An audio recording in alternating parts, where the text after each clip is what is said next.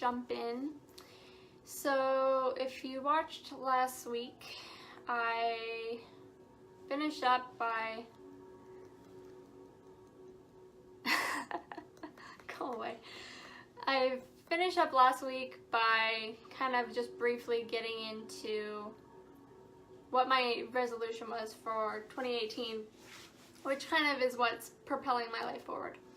So I'll recap that for anybody who wasn't on last week. So last year I had left a cult, and then with the new year I wanted to start my life and the year off with something that I would really work towards. Hey Tana.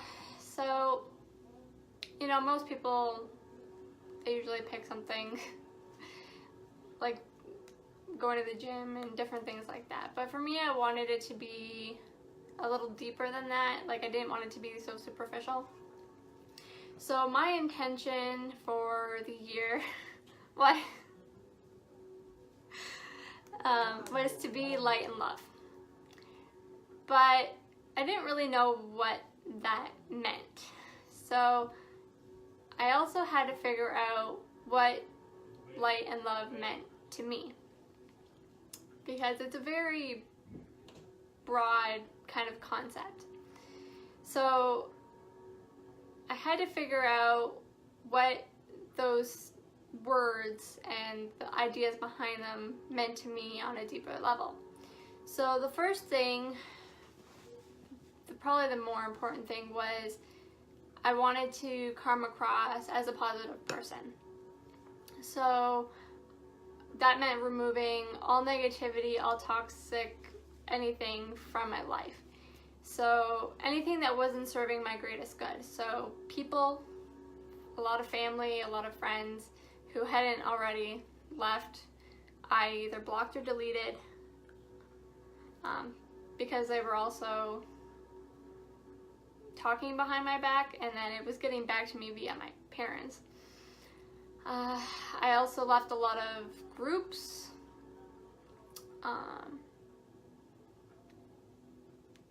related social media things, cut down a lot of that, because, I mean, everybody knows Facebook is like a toxic landmine of just chaos is the nicest way to put it. And so the next part along with that was I didn't want to be feeding into that negativity. So I had to decide what things were worth my time and energy and what wasn't. So things that caused me stress and anxiety, topics, things about myself that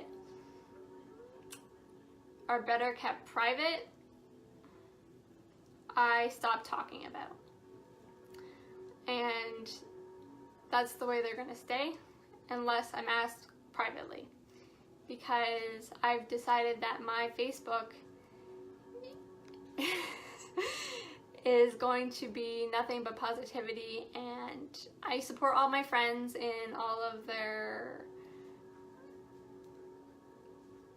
what do you want to call it?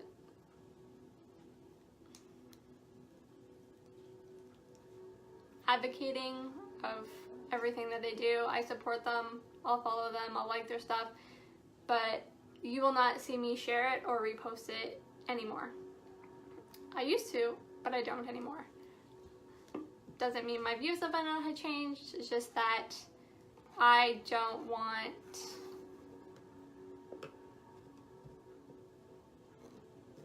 that negativity coming at me, because it was very draining, is the best way I can kind of explain it. I'm trying to think of the word, like, I don't know, just advocating, and I can't think of the word, it's like, it's escaping me right now.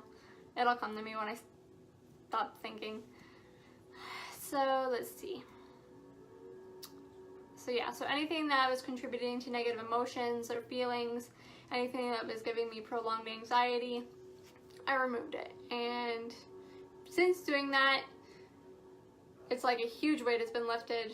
So if you're having a similar problem, I suggest evaluating those things, because it's made such an impact on just my day-to-day life about what I'm exposing myself to. So being positive and not contributing to that negativity was very key for me in trying to be light and love, or portray those qualities.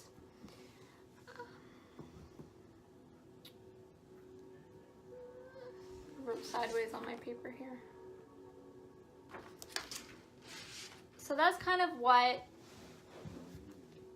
started everything this year in regards to leading me to figure out what my purpose was. So I knew that somehow, some way, my purpose was related to this idea of being light and love and being this positive person. And there's been different movies and books that I've read throughout my life where there'll be like a character, not the main character, but like the main character's relative, and like in The Way We Buried Our Souls, the main character, her aunt, was this very bubbly, outgoing person, and I've always wanted to be that. A lot of people who knew me in school will say that I was like that, but somewhere along the lines I did lose that part of myself, and I wanted to get that back. I felt that getting that back was very important to being who I am. Back in, I was trying to figure out when it was. I just know that my niece was very young because it was my parents' anniversary dinner, and things had gotten out of control. I guess there was some kind of heated discussion of some kind. But anyway, my mom was like really worked up, and she turned to me and she had said, she said it was very special and that God had a very big plan for me. And that's all she said. And it always kind of stuck with me because it seemed very random and odd. But mothers have this kind of intuition, and it's not an intuition that you question. So from that moment, in every fiber of my being, I believed that there was something that I was destined to be doing, and I needed to figure out what that was. So when this year rolled around and I came across that scripture in Matthew, and I came across that quote by Thomas Mason, I felt that it was kind of like a trick. So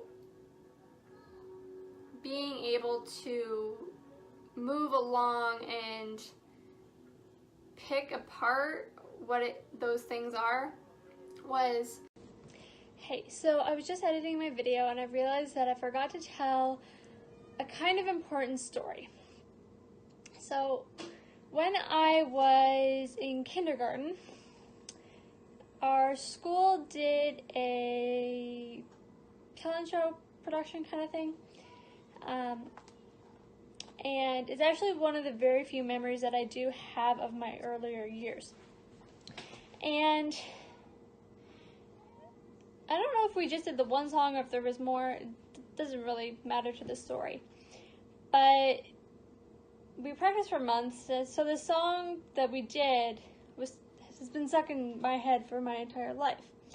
And it's a very common song for children and for Christians. But because of the way I grew up, I wasn't taught the religious aspect of this song. So the song was This Little Light of Mine. And what we did was we had flashlights and tutus, and we were like little fairies or whatever, or lightning bugs, and I loved being part of that production. There's actually another funny part of that story where I was chosen to be one of the kids to be photographed for the paper. But because I was so hot and tired after the production, I just looked miserable, and they ended up cutting me out. But this song This little light of mine has been stuck in my head my entire life, and I could never figure out why, other than, song from your childhood. But anybody who knows it, it goes, this little light of mine, I'm gonna let it shine, let it shine, all the time, and it goes on for multiple verses. And I never understood that until last year at Christmas time, when I started doing research about Christmas and about light. And that was very important for me in understanding what light was in regards to Christian beliefs and then the other spiritual aspects regarding it. And that's why I just wanted to jump on and talk about that and add it into the video, because realizing what that meant for me was actually kind of a trigger that I was being shown my entire life, but until I took an opportunity to search for that I wasn't able to understand what it meant for me. So let's get back to the video. See, it's kind of hard to describe. Like, it's kind of like remembering something, but it's something that you are like. You're learning something new, but it's something you already know about yourself. It's kind of like a self-actualization, I guess.